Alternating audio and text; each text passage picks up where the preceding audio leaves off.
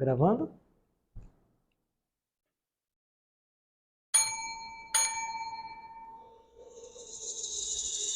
Nós somos A Vida é uma Corrida, agora é em vídeo também. Vamos ver, né? Hoje eu recebo aqui o Alexandre Rampinelli. Emílio Santana. Isso. Tem que sempre quis saber de onde sai a música aqui, ó. Sai do celular. E aí, Alexandre Rampinelli? Tudo certo. Tá feliz com essa nova fase? Vamos ver o que vai sair daqui. Eu não sei. Vamos começar você adivinhando a música. Isso é bom. Isso é bom.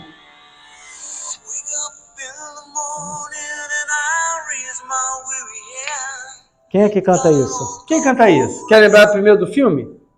Não, pera aí. Me veio e fugiu. Isso é uma trilha sonora de Jovens Demais para Morrer. Ah, me fugiu o nome. É Bon Jovi. É Bon Jovi. John Bon Jovi. Muito bem. Blaze of Glory. Com essa pegada blues com country, com essas esses slides, uma guitarrinha, umas guitarras, né? Country, Pois é. Temos uma mobilidade. Temos uma restrita, nova, restrita para corredores, mas alguma aí. mobilidade. A nossa campainha original. Quem não viu ainda, a campainha A clássica nossa campainha, de escritório, exatamente. de repartição, né? Galera exatamente. sabe o que é um escritório, que já foi no escritório do pai, né? Sempre tem uma... Atualmente você pode encontrar uma campainha dessa em restaurantes, né? Quando fica Quando pronto. fica pronto. Lá no Fabão. Lá no Fabão. É do restaurante. O pedido fica pronto. O Fabão lá agora tá com a nova cara. Mudou o Legado. nome. É o Cervejaria. Legado. Exato. Tá com um novo nome. E é isso. Considere se inscrever no canal agora que nós temos imagens. Agora você sabe a cara do desgraçado. Imagens. Comandante Abilton. E é isso. O que nós temos para hoje? Agora tá entrando uma musiquinha que você vai colocar na mixagem. Eu espero que sim. Que eu tô querendo deixar a cuspigis. Cuspigis? Já tem imagem para que eu vou botar. Verdade, assim. Mas não, isso aí não é assunto para agora. Muito bem. A gente hoje quer falar de... combinamos de falar a resenha das competições do final de semana. No final de semana. E acho que a gente pode ainda abrir na pegada de 2 episódios passados, que foi a maratona, né? A gente ainda está vivendo a repercussão da maratona do Rio de Janeiro. Sim. Vendo os cases, os tempos, as histórias, né? E aí, você conseguiu acompanhar alguma coisa da maratona do Rio? Eu vi só as resenhas.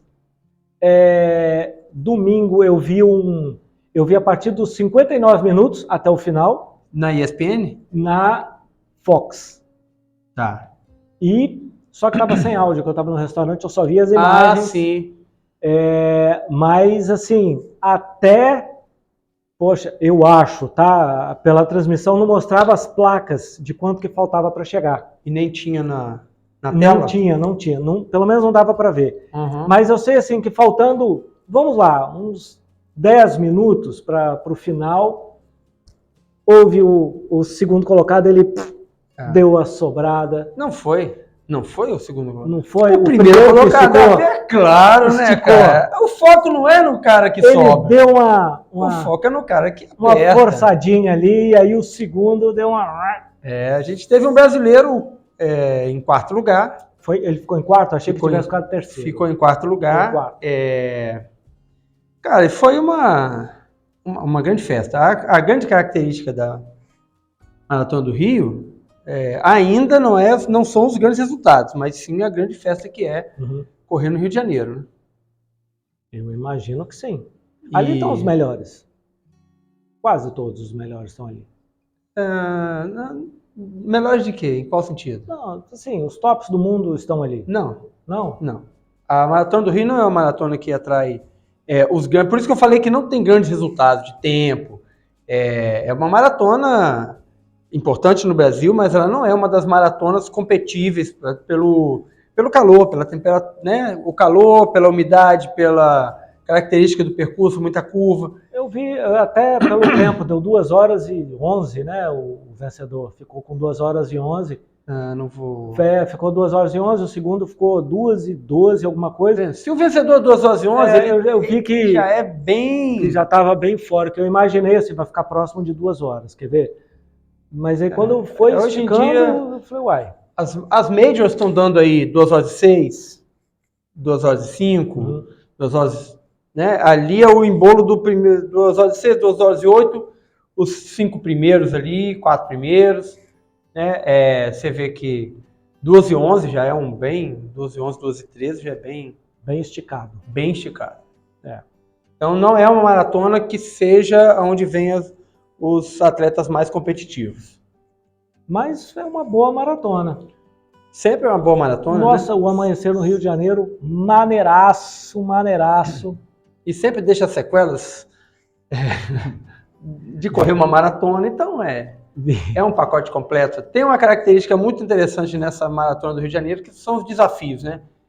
Que é correr 2 provas no sábado e no domingo, seja ela a meia e a maratona ou a 10 e a 5 quilômetros, né? Alguns atletas se predispõem a correr 2 corridas. Inclusive, nessa edição, teve alguns convidados da organização que correram as 4 provas. Mas, claro que a prova não ia ficar esperando, então teve que ser a maratona, a meia maratona tinha que ser sub 2 na meia maratona para pegar a largada do 10 quilômetros e tinha que ser sub 4 sub 3, sub 4 na maratona para largar nos 5 quilômetros. Entendi. Ou seja, não é para todo mundo. Não é para qualquer um. Aquilo ali é longe de qualquer realidade que eu possa imaginar. Isso é para super-homens. Verdade. E super-mulheres, obviamente. Verdade. Vou aproveitar o episódio da maratona que a gente gravou. A gente gravou um episódio anterior falando da barreira dos 32, né? Não pode nem mais tirar a meleca, que agora tá gravando. Eu já tinha dado uma ajeitada aqui na bermuda e tem que agora tem que ficar policiando, porra. Fazer com a mão. A gente gravou um episódio longe, eu vou pegar a garrafa. que falou da barreira dos 32, que são aquelas quebras homéricas da maratona. E aí... Muito rico esse episódio. Muito rico esse episódio. Para a gente chegar na explicação desse evento, eu dei uma explanação sobre fadiga, sobre limiar de lactato. E falei também, tenho falado que eu estou buscando um treinamento um approach mais nesse sentido. E hoje eu consegui fazer uma façanha no treino, que foi quebrar em 1 hora para correr meia hora. Mas você teve ajuda. Eu tive ajuda. Você teve ajuda. Que eu tô ligado, você tive ajuda. Foto, não vou entrar em detalhes, mas... Você postou a foto da sua ajuda. O que eu fiz? Eu fiz um treino onde eu fiz um esforço muito grande na primeira hora e cheguei no sublimiar de lactato. Minha curiosidade agora, pessoal. O que você sentiu? Então, a meia hora... Porque eu sei o que eu sinto. A meia hora seguinte foi aquilo que você vê lá no cara que está terminando a maratona. Eu tive essa percepção, que tem tempo que eu não tenho, que é correr com a musculatura queimando, correr com uma pressão psicológica de estar presenciando o seu declínio, ou a iminência do declínio, que é uma condição mental que a gente precisa estar preparado e se empurrar além, aquela cara travada e careta e aqueles gritos de expiração, e foi bem interessante. Pois é. Se diverti bastante. Pois é. Não que o editor vai colocar aqui se lascou bastante, se lascante. Se lascante, né? Mas, já coloquei no story. Já colocou? Olha só, eu tô te perguntando porque na gravação você falou assim, tem muito tempo que eu não sinto. Sim. Que eu não consigo chegar nos treinos e tal. Bater o limiar de lactato. Isso para nós mortais é um negócio que a gente tem o costume de chegar. Né? Talvez. Mas é uma sensação interessante. Você percebe que você está caindo de produção, mas não pode, tem que manter, tem que fazer, e aí entra e eu ainda coloquei um mecanismo, além de estar já quebrado, eu coloquei um mecanismo que foi o seguinte, cara, se eu fizer essa meia hora às 5h15, que para mim é um ritmo... Devagar, tranquilo. Não, é um ritmo quase apertado, né? 5h15, mas não na condição que eu estava. Ok. É um ritmo que eu... Você estava em Cocal? Estava no parque, Sim. E aí eu falei assim, não, dá para fazer 10 milhas, dá para completar 10 milhas em 1h30. Uhum. E isso foi justamente o tempero de não deixar relaxar e vir para um trote improdutivo. Depois que eu já estava garantido assim, que ia dar os 16 quilômetros, eu até dei uma relaxada que é natural para 5h45, que isso para mim, cara, é um ritmo que é muito produtivo. No meu histórico de prova, na categoria de prova que eu faço, se eu conseguir andar quebrado a 5h30, a 5h45, eu vou estar correndo muito. Uhum. Eu vou estar correndo bastante. Então, Só lembrando que o terreno que você costuma competir e correr não é o da Praça de Cocal. Por isso que eu te perguntei. Mas eu consigo ver a minha condição e transportar para um outro, beleza. Um outro cenário. Beleza. E interessante é que quando você, por exemplo, por que eu tenho dificuldade em chegar no limiar de lactato? Porque eu já adquiri uma maneira de performar nas provas em que eu não quebro. Que é o que a gente quer chegar na prova. E eu trago isso para o treino. Então, eu tenho já uma performance que me contempla mediamente, que eu falo assim, não, aqui tá bom, cara. Dá para ir sem quebrar. E eu estou satisfeito. E estou fazendo alguma coisa interessante. E justamente romper essa barreira de conforto e adentrar nesse buraco negro que é a quebra, que é um buraco negro. Você não sabe o que vai ter no próximo minuto, nos próximos 5 minutos, nos próximos 10 minutos. É uma redescoberta interessante nesse momento que eu estou agora. Legal. Isso é mais ou menos o que eu vou falar por mim, mas eu acho que eu vou falar por todos aqueles que correm ali com você. É o que a gente tem mais ou menos quando vai correr com você, onde só você conhece o terreno. Essa proteção. Exatamente. Eu não sei o que é daqui para ali. A gente vai entrar numa curva direita, eu não sei o que tem ali.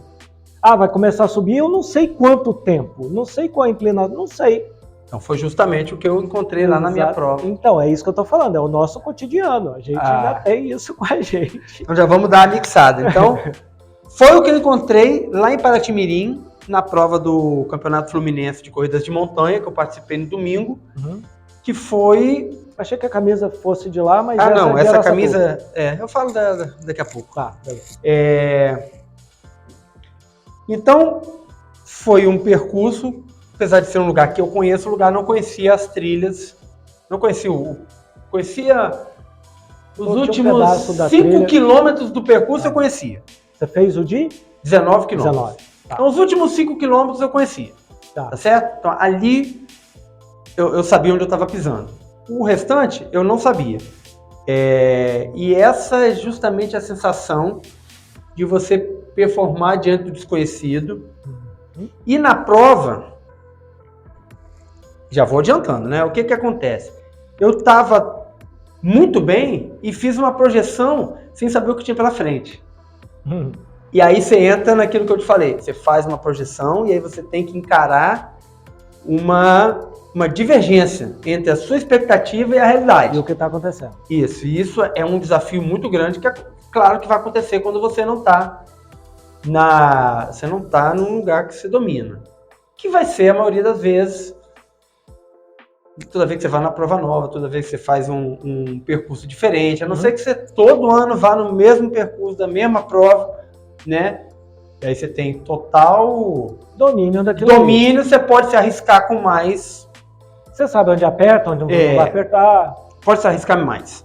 Né? Mas fora isso, a não ser que esteja valendo o campeonato mundial, você vai ter sempre uma reserva, né? Ou a final olímpica, você vai ter sempre uma reserva de tentar controlar uma coisa que não está valendo uma quebra, né? Isso, pelo menos na minha cabeça, passa. Acho que na maioria das pessoas passa, mas claro que eu vejo na corrida gente que não tá nem aí para essa parada. E vai até esgotar, só que aí esgota faltando 10 km, esgota faltando 5 km. Eu vendo o documentário lá do Tour de France, aí eu tava pensando assim, os caras treinam, os caras vão para a prova para quebrar o mais próximo da linha de chegada possível. Claro. Então eles fazem tudo ali para quebrar o mais próximo da linha. Não só para você quebrar, mas para quebrar o outro antes. O outro do cara, exatamente. Então tem um determinado momento lá que eles têm estratégia contra o Pogacar que não é para eles ganharem, é para matar o cara. Entendeu? Isolaram o cara e deram uns porradas nele, porrada. Então, assim, eles querem Esse quebrar... é o ciclismo. Isso aí. Você só ganha se o cara não, é o ciclismo, é a corrida, é a maratona, quando você fala lá que o cara sobrou. Esses esportes onde tem pelotão, ele funciona você minando o oponente. Você não pode levar para a última curva e ter a absurda garantia e autoconfiança que você vai levar. Então, ainda mais quando é uma coisa que funciona, é você minar o outro. E aí, cara, quanto mais próximo da linha de chegada, o ideal é que você quebre em cima da linha de chegada. 2 metros depois. Faltando 5 km, sabendo que tá todo mundo quebrado atrás. Né? E eles ainda têm um feedback de áudio e tal. Mas você lá, você fez os 14 desconhecidos. Sim. E os 5 últimos conhecidos. Exatamente. E aí? Vamos lá. Paraty-Mirim, Beira do Mar. Não conhecia. Mas, bom, é mais a montanha é muito mais na beira do mar do que no centro de Paraty, né? Porque você está no centro de Paraty, você olha para trás e você vê aquelas cadeias de montanhas que estão ali a 4, 5 quilômetros da beira do mar. Em Paraty-Mirim acaba na água, né? A montanha acaba na água. Em muitos lugares tem só pedra ou é um filetinho de areia já com a mata do lado. Okay. Então tem subidas agressivas, que são características da região. Eles têm umidade bárbara, porque você está na beira do mar, você está na Mata Atlântica e você está na beira do mar. Então, e você tem um monte de fonte de água. Então, muita umidade. A primeira etapa do percurso, de 19 km, que foi também o percurso dos 9 km que a Dani fez, é um terreno com pouco ganho de elevação, trilhas praticamente planas, com muito, ondulação pouca, menos talvez do que a Mantegueira. Entendi. Menos, as ondulações são menores que ali na Mantegueira, então você corre bem, claro, trilha, lama, areia fofa, então tem uma diversidade de piso muito grande. Isso, o que acontece? Mina o sujeito. Mina suas condições ali. Mas quem está acostumado a correr só em asfalto? Quem está acostumado a correr só em asfalto, cara, toda vez que troca, adapta. Então, todos aqueles 30, 1 minuto e meio de adaptação ali, gasta energia pra caramba. Que vai cobrar lá na frente e gera lactato. Né? Então, no finalzinho tem um trecho mais de subida para voltar para a estrada, que é quando afasta do mar e volta para a estrada, tem um calombo.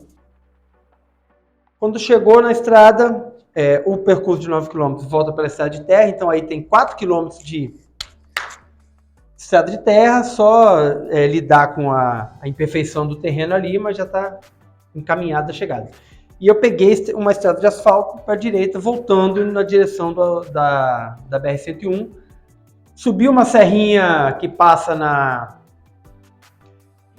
aldeia indígena. Todo mundo que chega a Paraty passa nessa estrada, passa nessa aldeia indígena. Uhum. E depois tem uma pequena descida, então é mais uma elevação. E eu, cara, eu acho que eles colocaram o mapa de altimetria ao inverso e eu não estava muito seguro. Tipo assim, porque cada ano essa corrida ela roda num sentido do percurso. E eu acho que eles colocaram o mapa de altimetria do ano passado. Então, entendi. Eu já estava meio duvidando do mapa, mas eu pensei em algum momento que aquela elevação que eu fiz ali da serrinha da aldeia fosse a primeira elevação do mapa. Invertido. Assim, cara, se isso aqui foi aquilo que tá no mapa... Se isso aqui foi aquilo lá e o último eu conheço, então estamos bem na fita. Fiz até uma projeção assim de fazer em 2h30. Fui aí tal. Chega numa curva da estrada, tinha um staff jogando para fora. E aí você já entra numa pá! Cara, na parede. Uma parede que foi ali uns 2 km, 2 para 3 km, subindo. E aí eu falei assim, cara, não era aquilo que eu tava pensando da altimetria.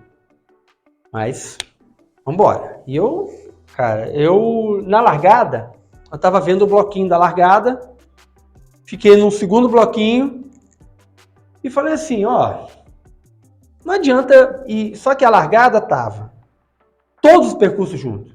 Então, tinha uma galera de camisa azul lá, que estavam divididos também dos 3 percursos, então tinha gente do 19, tinha gente do 15 e tinha gente do 9.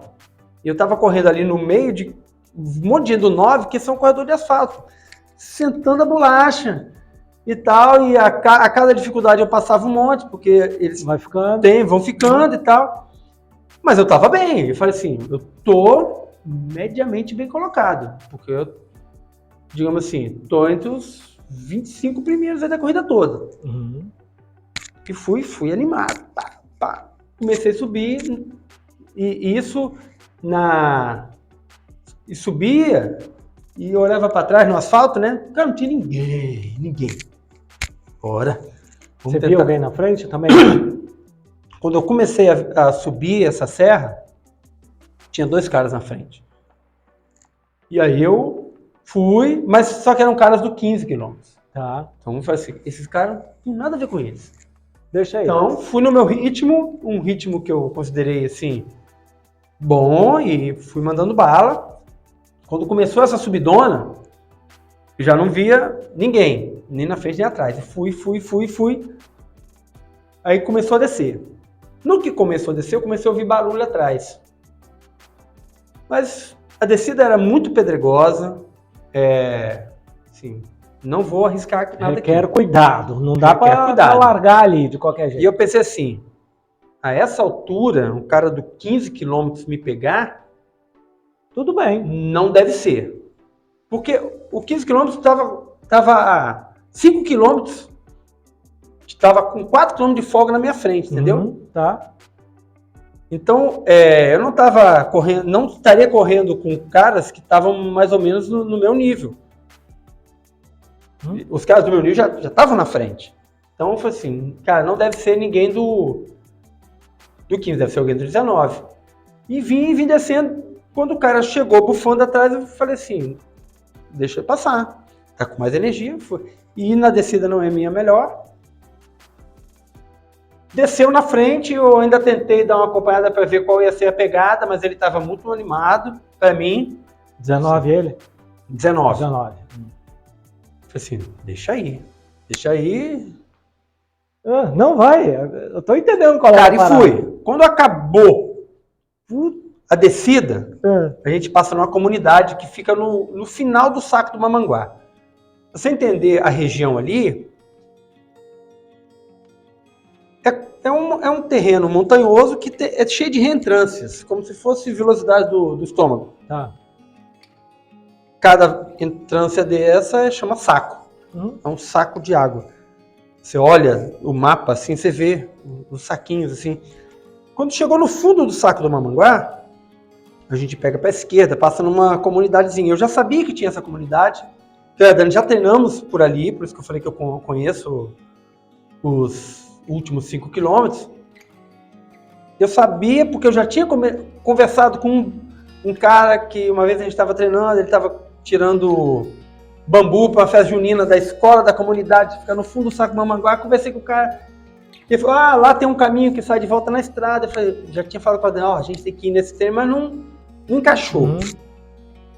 E aí, comecei a pegar para a esquerda, já vi o fundo do saco do Mamanguá e, cara, tava bem, mandando bala. Só que essa trilha que vai passando ali, algumas... Aí tem um monte de moradias e tal, mas ela é bem ondulada, assim. Bem ondulada. Estrada de chão. Trilha. Trilha, tá. Quando passa nas casas, tem às vezes uma rampinha de cimento e tal, tem algumas benfeitorias da própria prefeitura, mas trilha. Então você vai subindo, descendo, subindo, descendo, subindo, descendo. Agora que começou, né, tipo assim, o 5,5 já não estava entrando. Teve vários momentos que eu estava correndo um solto mesmo, tranquilo. E vai. Aí quando chegou, eu já estava testando meu esquema de nutrição para o Mestre Álvaro, né, para o Insante. Então saí com 2 garrafas com líquido, que é tanto repositor eletrolítico como de carboidrato. Eu já estava com tipo refeição completa. Ok. E tinha 2 gel no bolso. Fui tomando ali e falei assim, vou tomar um gel quando der 1 hora, e estava já tomando os dosezinhas de carboidrato. E vou tomar o segundo gel no limiar da 2ª hora. Eu fui e tal. Tinha tomado o primeiro gel, aí começou a dar comecei a pegar um monte de gente do 15 quilômetros, já passando um monte de gente já bem quebradão. Assim, eu vou dar uma descansada, sim, porque eu sei que tem a última subida, e ali, apesar de eu conhecer, eu preciso guardar energia para fazer a subida forte. Sim. Aí deu uma diminuída, fui tocando, parei para me molhar, refrescar numa fontezinha d'água, continuei, fui fazendo a subida, aí na subida fui catando mais gente do 15 quilômetros, né? Mais gente. Não encontrei o cara que tinha me passado, imaginei que não encontraria. E descida, aí a descida, cara, é 1 quilômetro. Bem mais íngreme do que aquela trilha que tem lá na Roda d'água? Em Roda d'Água. É mesmo aquela descida? É muito mais íngreme e praticamente reta. É mesmo, cara? Pra vocês terem ideia do que é a descida que a gente tá falando, eu quebrei a unha do meu dedão do pé, ela tá quebrada.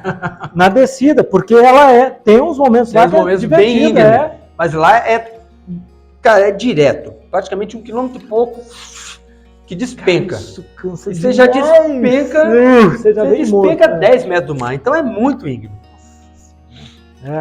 Acho que a parte mais alta é 320 metros.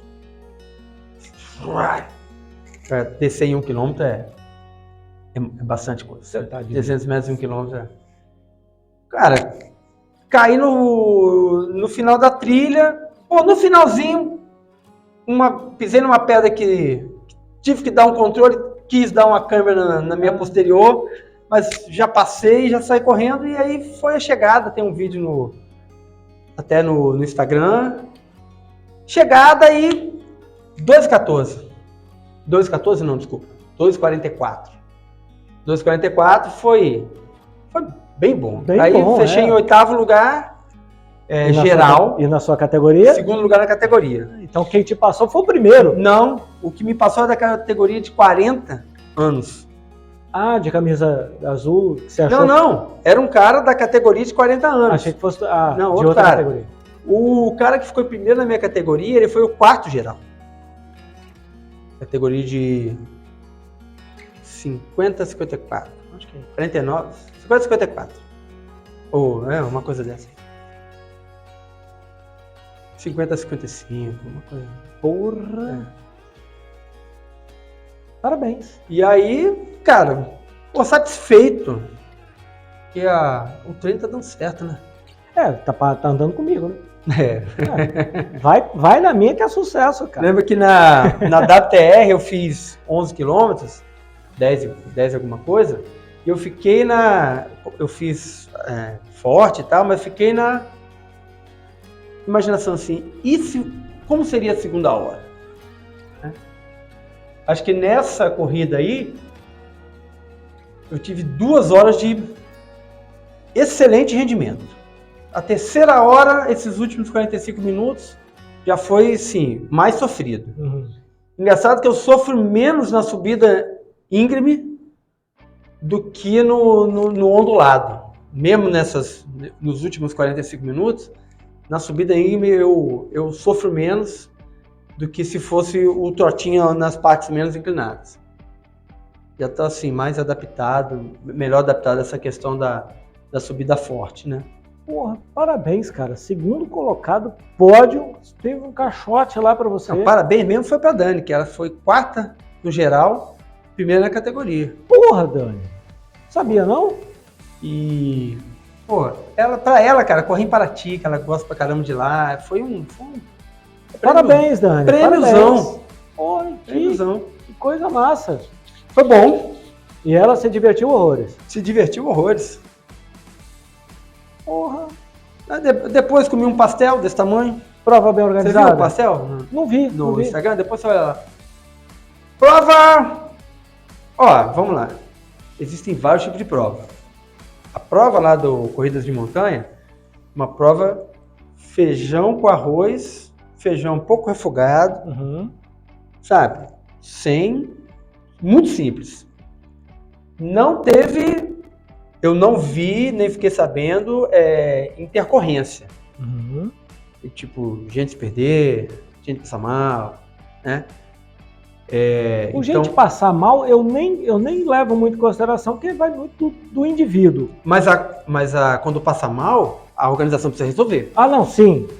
Então, por isso que eu falo, alguns indicativos que poderiam saturar a organização simples. Sim, certo? Sim. Devia ter umas 150 pessoas, no total, dividido nos 3. Você foi muito bem, cara. 3.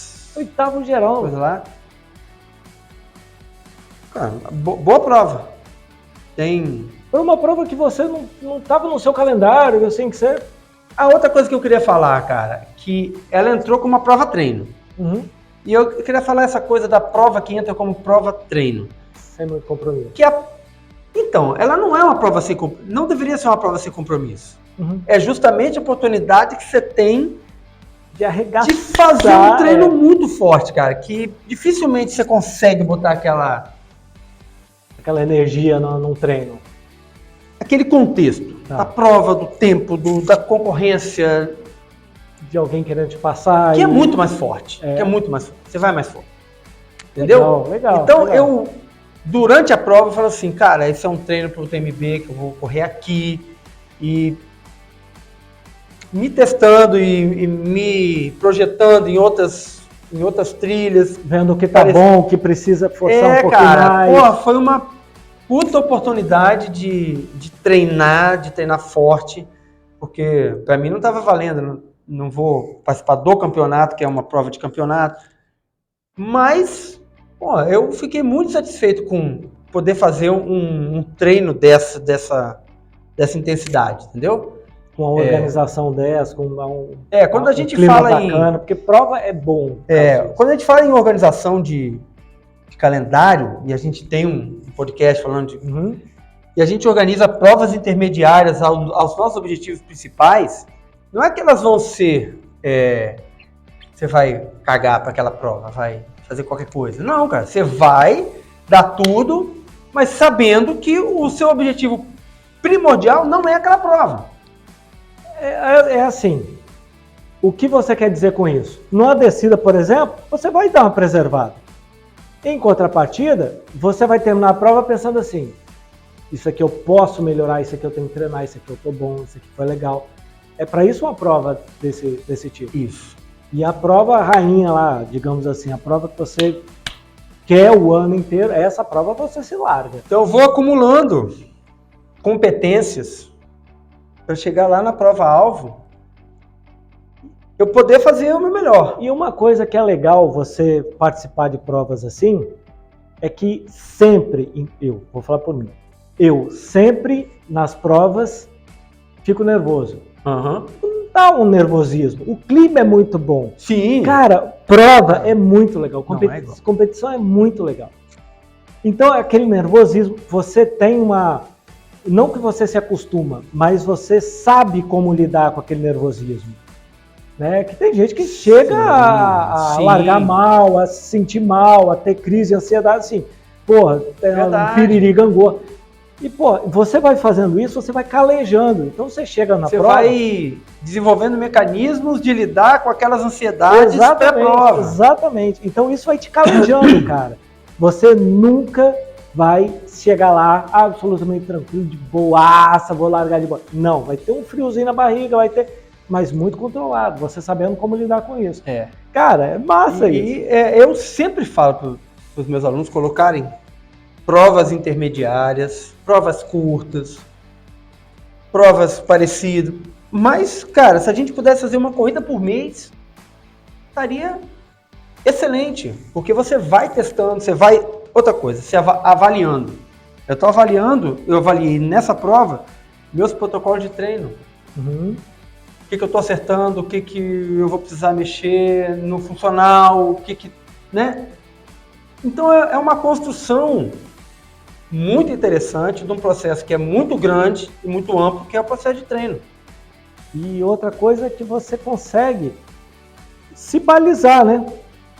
Ver com o outro ali, pô, o cara tá melhor que eu, ali, aqui, pô, esse aqui, já tô vendo que tem uma galera forte nisso aqui, tem uma galera que está rateando nisso aqui. Então você consegue olhar, né, dar uma olhada, uma comparada com outras pessoas. Você, com seu ritmo, com o que está acontecendo com os outros. É legal.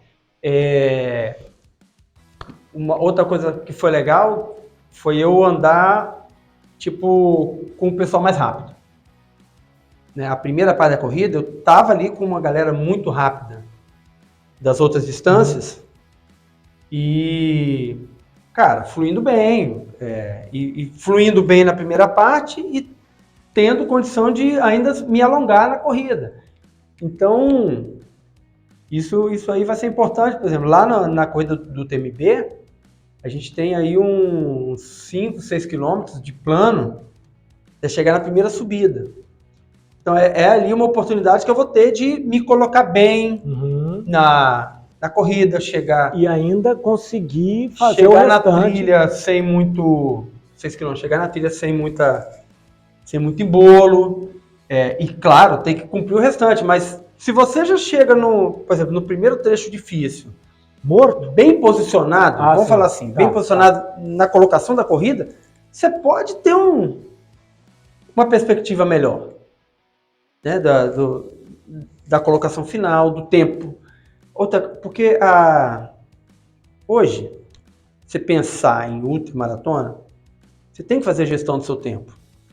Isso é uma coisa que eu lembrei, esqueci, vou esquecer de novo, mas vai. Você tem que fazer a gestão do seu tempo na prova. Então, não adianta você poupar energia e ficar se prolongando horas e horas e horas e horas ali, porque vai ser sempre pior. Então... Porque em algum momento sua performance vai cair. Em algum momento sua performance vai cair vertiginosamente. Pô, o que eu estou planejando para Paraty? É uma corrida até o final da subida, que deve ser uns 30 quilômetros. E uma outra corrida que é a descida, que são uns 25. Para Paraty não, para Paraty. Para Paraty. Para o TMB. Ah, tá. São 55, né? Duas corridas diferentes. Então, primeiro eu preciso dar conta da subida e chegar lá no ponto mais alto. E chegar bem colocado, porque como a descida não é a minha melhor, e a primeira parte da descida ela é bem técnica, pelo menos os primeiros 10 quilômetros da descida são muito técnicos, não é um terreno que me favorece muito.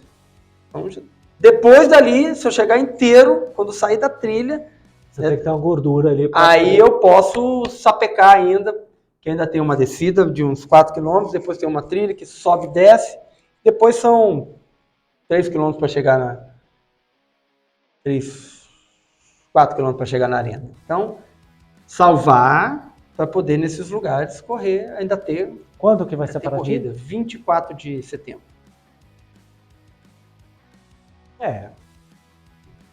Então já tem várias coisas que já estão ajustadas, ajustando, nutrição, como vai ser. Vai ter um evento, 2 eventos grandes, né, para você. Vai ter o Mestre Álvaro semana que vem. Vai ter o Mestre Álvaro esse final de semana agora, dia 23, Isso, 24 de... E depois vai ter os 60 quilômetros, né? E a gente vai ter dia 8 de julho o Caminho da Sabedoria. Isso aí. Que não é prova, mas são 60 quilômetros de uma oportunidade ali. Ainda vou ver como é que vai ser. Talvez pinte aí uma outra prova em 18 de agosto, mas estou estudando. Tá. Muito bem. Por enquanto, que orgulho, temos cara. isso na nossa agenda aí. Que orgulho. Agora a gente falou da camisa. Eu vou aproximar aqui. Essa camisa aqui, do Skyrunning Brasil, na prova Araçatuba Half Marathon que eu fiz eu trabalhei como árbitro nessa prova em 2018 e corri em 2019. Cara, que é uma prova, que é um lugar que eu tenho muita vontade de voltar para treinar e talvez competir. Essa prova está interrompida, não tem acontecido. Desde 2019 foi a última edição.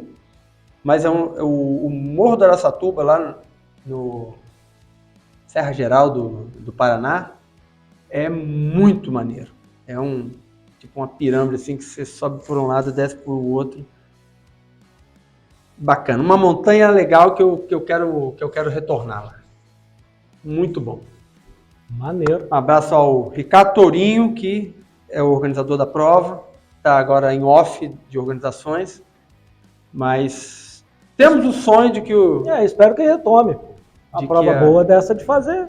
Que a prova volte. Mas se não voltar, eu já tenho esquematizado de ir lá passar um final de semana treinando. Bom demais. Bom.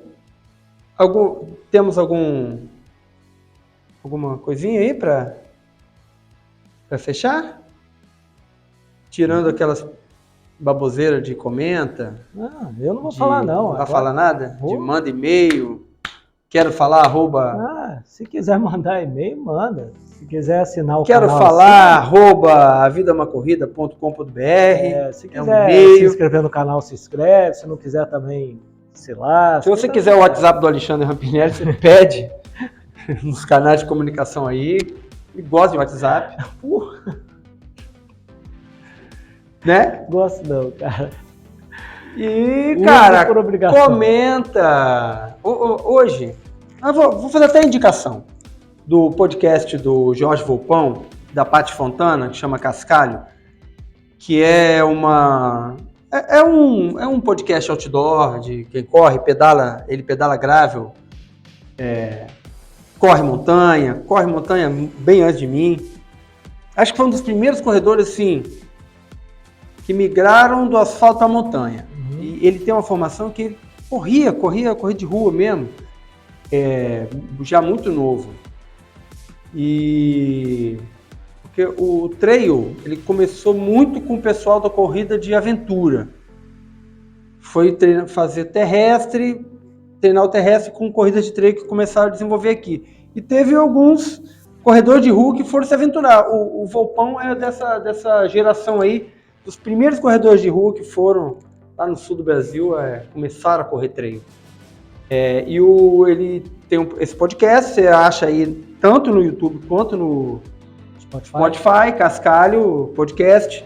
E ele hoje Hoje eu assisti o podcast que ele lançou 2 dias atrás, falando do Mundial de Trail, então é interessante também a pegada que ele deu. Cara, e ele fez algumas perguntas lá e me deu vontade de ir lá, interagir e colaborar com a interação, porque constrói conteúdo novo. E constrói o quê? Conteúdo pertinente. Porque falar o que todo mundo está falando, para mim não é um conteúdo pertinente. Falar das lacunas, dos acontecimentos, das histórias, esse é conteúdo pertinente. É fazer uma coisa que só a gente está fazendo. E numa visão que a gente tem, que é peculiar. Então, ajuda a gente aí. Interage, pô. Legal. As interações geram episódios, geram... Claro, já gerou. Discussões. Só que... Enfim, mas a gente aqui vai fazer assim mesmo. A gente vai gravar assim. Vai ficar engolindo aí coisa que vem da minha cabeça, da minha percepção, da percepção do Alexandre, né? E assim vai. Muito bem. Muito bem? Muito bem. Meu final de semana foi muito mais sem graça do que o seu, mas deu certo. A pizza tava boa? Tava boa. Tava boa? Tava boa. Muito bem. É isso. Muito bem. Vamos pra cima? Dá tchau, que agora tem câmera. Agora tem câmera. Bora. Um abraço. Ó, por hoje é só.